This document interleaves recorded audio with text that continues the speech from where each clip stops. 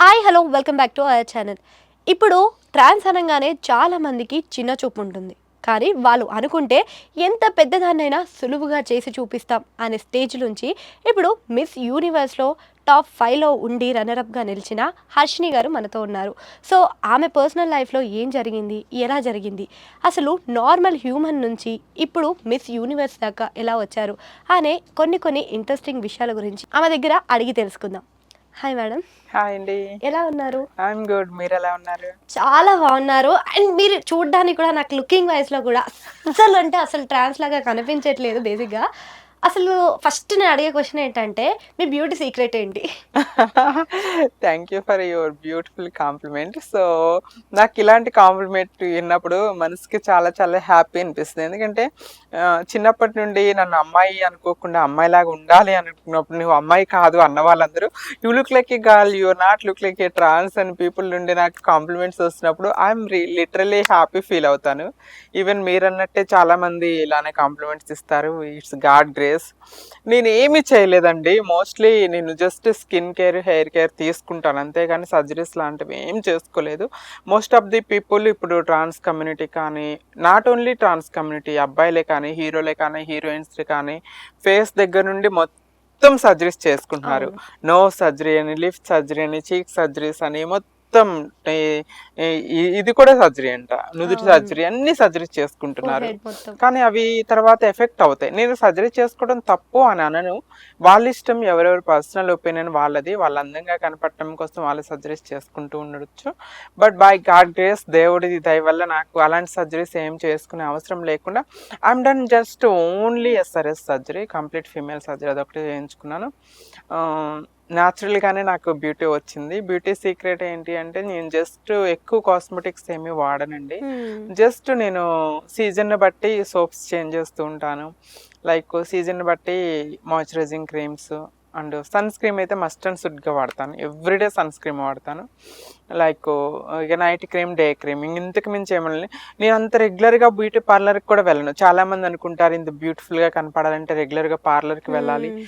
పార్లర్కి వెళ్తేనే బ్యూటీ వస్తుంది. అట్లనేం కాదండి. నేను న్యాచురల్గా హోమ్ రెమెడీస్ యూస్ చేస్తాను. లైక్ మన ఫేస్కి హోమ్ రెమెడీస్ ఉంటాయి కదా, లైక్ శనగపిండి కానీ, గంధం కానీ, లైక్ ఇలాంటి రెమెడీస్ నేను వీక్లీ వన్స్ అలా స్కిన్కి అప్లై చేసుకుంటూ ఉంటా. లాస్ట్ వీక్ అంతా కూడా నేను కర్ణాటక వెళ్ళాను. అక్కడ ఓటరు వెదర్ పడక స్కిన్ టోన్ అంతా డ్యామేజ్ అయింది. ఇంకా బాగుంటాను, చాలా కాంప్లిమెంట్స్ వస్తాయి. సో ఇప్పుడు మనం చూసుకుంటే నార్మల్‌గా జనరల్‌గా యా అమ్మాయిల కంటే అన్నీ తెలుస్తాయి. సో యా చిన్నప్పటి నుంచి అమ్మాయిలకి అది దాచుకోండి, ఇది దాచుకోండి అని సజెషన్స్ ఇచ్చేవాళ్ళు చాలా మంది ఉంటారు. యా అంటే మదర్ నుంచో, రిలేటివ్స్ నుంచో అవన్నీ చూస్తానే ఉంటాము. బట్ మీకు అవిటిపైన ఇంట్రెస్ట్ ఎందుకొచ్చిందసలు? అంటే లైక్ ఏదో ఒక వర్క్ చేసుకోవచ్చు, ఎలా అయినా వెళ్ళొచ్చు, కొన్ని సీక్రెట్స్‌గా దాసిపెట్టుకోవచ్చు అనే ఇంటెన్షన్ తోటి ఉంటారు.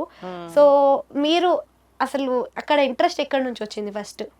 అంటే మోడలింగ్కి వెళ్ళాలి అని లైక్ చిన్నప్పటి నుంచి ఉంటది గదా! అంటే అమ్మాయిలా. అమ్మాయిలా ఉండాలి యా నేను గూడా. Yeah yeah so like interest ఎందుకు వచ్చింది అని అంటే చెప్పలేమండి. ఇది లైక్ హార్మోనల్ ఇంబ్యాలెన్స్ అయి ఉండొచ్చు. లైక్ మన చిన్న వయసులో చాలామంది అనుకుంటారు ట్రాన్స్ అనంగానే జెండర్ చేంజ్, ఒక వయసు అవును. వచ్చినాక కోరికల వల్ల జెండర్ చేంజ్ చేసుకుంటారు అని.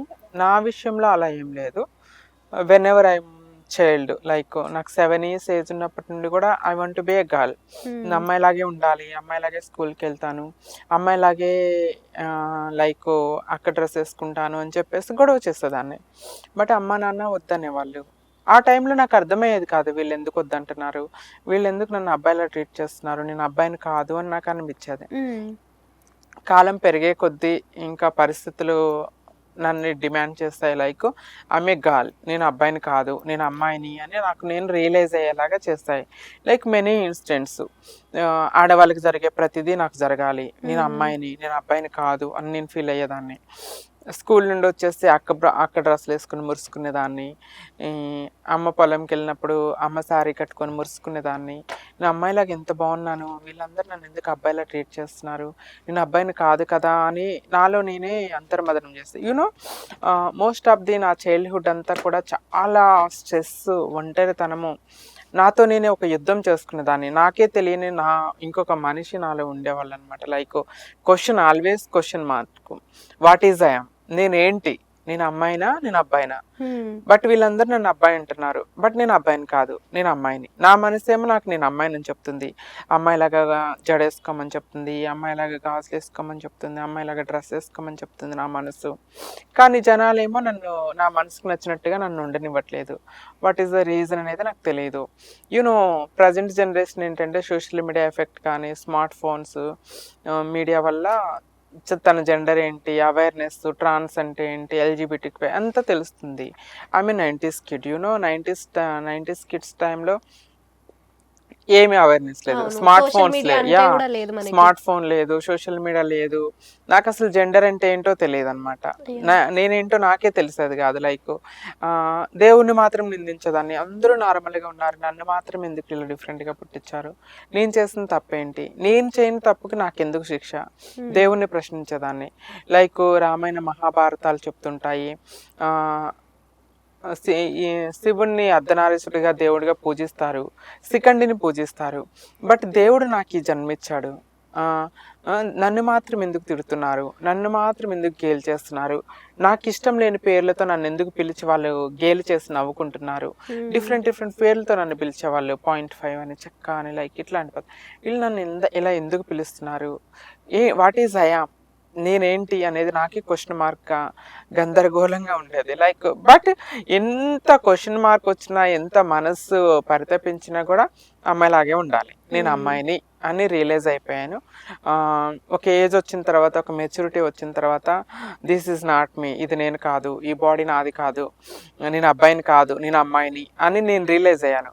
But I don't know how to change my body. నా బాడీని ఎలా చేంజ్ చేసుకోవాలి, నా అమ్మాయిలాగా ఎలా మారాలి అనేది వేస్ నాకు తెలియదు. తెలియకపోవటం వల్ల నాలో నేను అంతర్మదనం అవుతూ, భయపడుతూ, లైక్ అవమానాల్ని భరిస్తూ, ఒంటరితనంతోనే అట్లానే ముందుకెళ్ళేదాన్ని అనమాట.